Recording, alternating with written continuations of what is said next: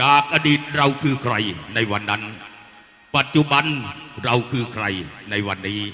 อนาคตจะดับลงหรือไปดีมันอยู่ที่การกระทำของตัวเราขอย้อนอดีตไปเมื่อ37 ปีที่ผ่านมามีครอบครัวพ่อแม่ลูก6 ชีวิตที่มีฐานะยากจนหัวหน้าครอบครัวคือคุณพ่อสงกรานต์ นามวงศาและคุณแม่สุภาพ นามวงศาทั้งครอบครัวมีหัวใจผูกพันอยู่กับคำว่าลำเพลินซึ่งได้รับเป็นมรดกตกทอดจากคุณพ่ออ่อนตาพัฒนาลำเพลินจึงช่วยกันอนุรักษ์คำว่าลำเพลินเอาไว้ถึงแม้ว่าจะประคับประคองวงเอาไว้แบบลุกๆดอนๆแต่ก็ไม่ยอมแพ้ในขณะที่ลำเพลินหลายวงเปลี่ยนเป็นลำทำนองใหม่จนวันหนึ่งเหมือนสวรรค์มีตาเหมือนฟ้ามีใจเมื่อสมเด็จพระเทพราชรัชสุดาสยามบรมราชกุมารีทรงโปรดให้มีการจัดประกวดลำเพลินขึ้นที่มหาวิทยาลัยครูมหาสารคามคุณพ่อสงกรานต์ นามวงศาพร้อมด้วยลูกเมียจึงนำวงลำเพลินของตัวเองเข้าประกวดจนได้รับรางวัลแชมป์ลำเพลินโลกพระราชทานอันดับ 1จากสมเด็จพระเทพวงลำเพลินที่ข้าพเจ้ากำลังกล่าวถึงในปัจจุบันวันนี้ก็คือวงที่อยู่ใต้ชายคาของบ้านเลขที่126หมู่14บ้านแพงตำบลแพงอำเภอโกสุมพิสัยจังหวัดมหาสารคามในนามสงกรานต์โปรโมชั่นโดยคุณพ่อสงกรานต์คุณแม่สุภาพ นามวงศาร่วมกับบริษัทคำคูณเสริมสุขผู้ผลิตสื่อมีเดียชั้นนำผู้ส่งเสริมศิลปวัฒนธรรมหมอลำอีสานผู้สร้างงานด้านการตลาดทางสื่อมีเดียโดยทีมงานผู้เชี่ยวชาญอันดับ 1ภูมิใจเสนอสุดยอดลำเพลินเงินล้านโลกพระราชทานทีมงานสาวน้อยเพชรบ้านแพง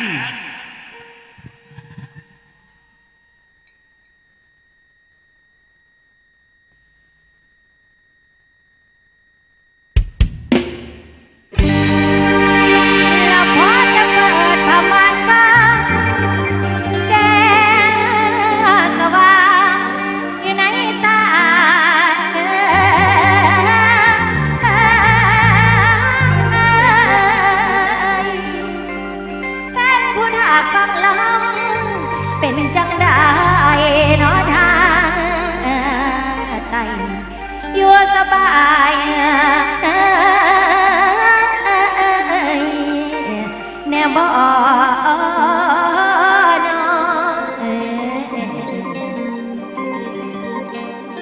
ลาพอแต่เพียงแค่จันกองสลับใส่กันหันเห่าพวงเจ้าใสบาดนี้ก่อนหมอลำสิออกเลยลีลาไทยว่าจีเว้าไว้เขาใส่ก่อนแล้วว่าผู้ฟังขออย่าเฝ้าจันจรโอ้ยจันจรโยไม่ทนมาพอ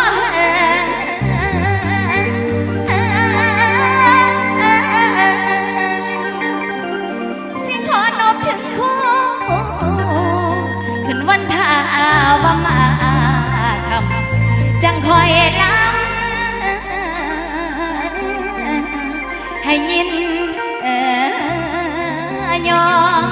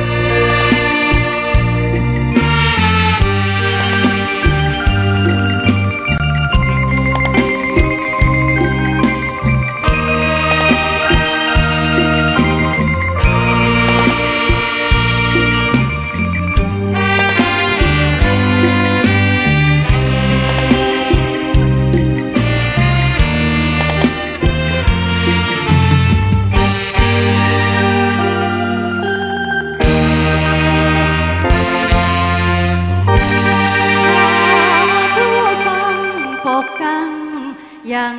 กระหม่อมจอมขวัญ เมื่อเพียงแห่งกัน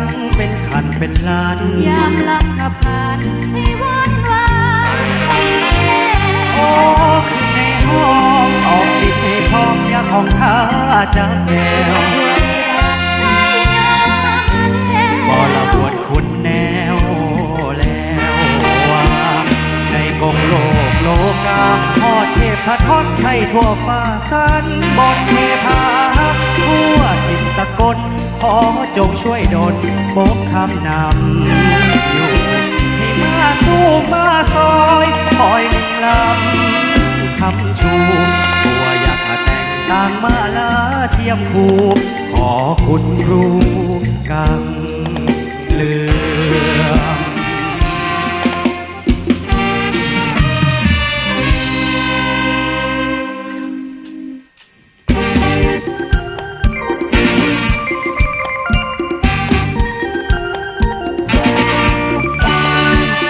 ละวันหาเสเก่ากบกระหม่อมนัดยอมเสียงไหวหาเพื่อนคุณป่าให้ซอยมานักดวงคู่ลายมาคุ้มมาทำย้ำลำนอกตาอวยลีลาวาก่อนสะอ่อนหน่วยน้ำกล้วยเลยลายควัดมัวนั้นไปสิบมือไปหอดกูสั้นพกอิดนะ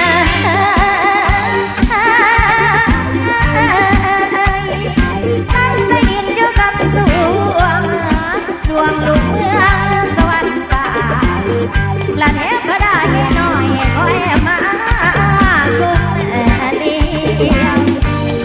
จัดในแดนมาเที่ยวมาดังยังไทยอ่อเสียงย่อไว้อยากไกลโอมสาธุสาธุสาธุอีกเดือนนี้น้องเท่าที่ผู้พามอีแม่เอ้ยธรณีแม่งามจังได้ตามน้องลำมาก่อนน้องไหววอนอีกทุกทานเป็นฟังอยู่ใต้ลาอดว่าตากแบบแง่อยู่น้ำกันจนแจ้งฟ้าอย่าลาเด้อแฟนฟ้าโอ้ยเด้อน้อง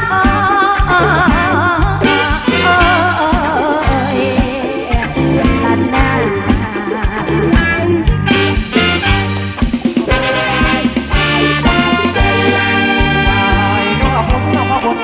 ผู้ป่าสู่ซอยห้อยพระลาขับนกปนกน้อมไปหาออกกระฟอนหยอดใส่เสียงล้ำไปนำเลี้ยละลายอ่อนกายไว้นานสังวันร้องกับน้องล้ำไม่มวนเสียงไอ้นวลคงเก่งละบนเล็กลำมองเสียงถึงกองโอว่าน้ำแค้นแฟนฟังล้ำคอยดูสู่คนจับจองยังมีแนวพองแนวฟ้าขัดที่สุดในหอดีดาล้วนตัวดวนมวนดี จันลินพอกเสียงการแล้วแม่ของจากฟ้าลอยมาลำลมพอนวอนให้จูบให้เจ้าให้หาวให้หอมยามฟ้อนให้อ่อนเอามานอนทนใส่อ่อนๆพนมนิ้วไหวม้วนม้วนม้วนออกมาท่านแม่นเขาท่าวิชาเขาจะเรียนเพียงมาต้องเครื่องก้าวเกสีคุณแนวว่าทุกทวนวันนี้ควรขบวนมีแต่แนวดันโอ้ได้น้อยยังใส่ก้าวมานี้มาลำสิว่าเอายา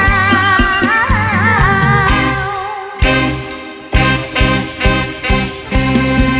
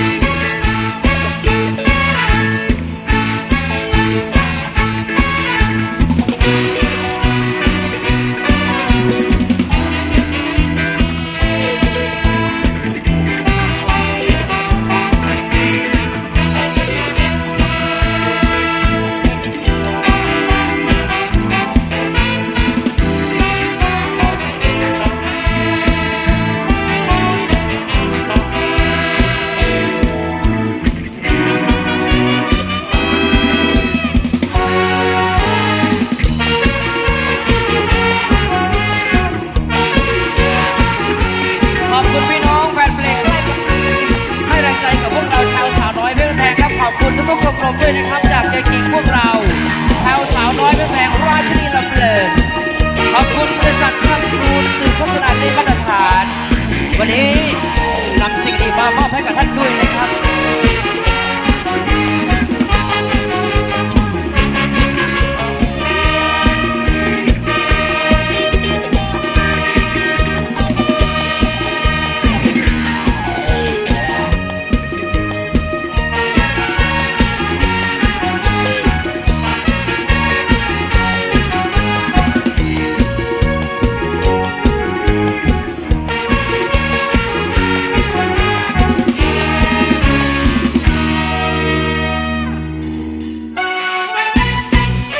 ส่วนหน้าที่ต่อให้กับศิลปินสามระดับทีมงานดา